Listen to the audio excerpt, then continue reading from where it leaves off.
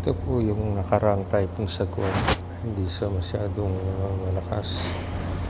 Pero marami na po sana. Kita nyo naman mga saging, mga puno. Ayan, nagkabuwan-buwan. Sa pa rito ang paglilinis. Medyo matagal. Hindi parang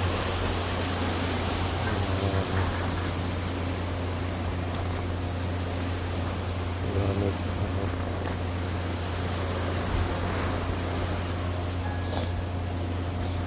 Pero sa ngayon na back to normal na,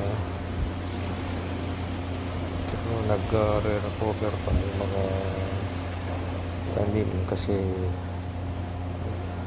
tumba sila, yung iba namatay na. Ayan lang, medyo sige po, yun lang muna. Maraming salamat. God bless.